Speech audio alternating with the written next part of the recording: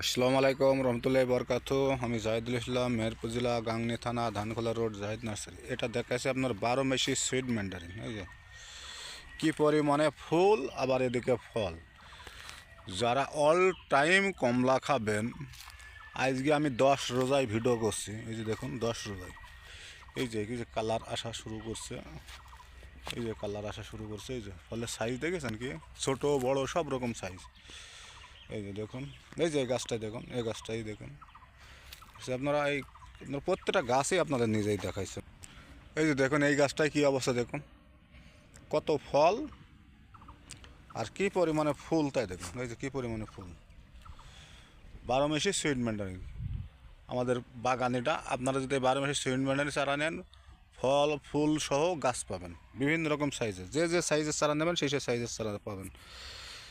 তো আমার ভিডিও এখান থেকে শেষ করছে। আসসালামু আলাইকুম রহমতুল্লাহি বরকাতুহু।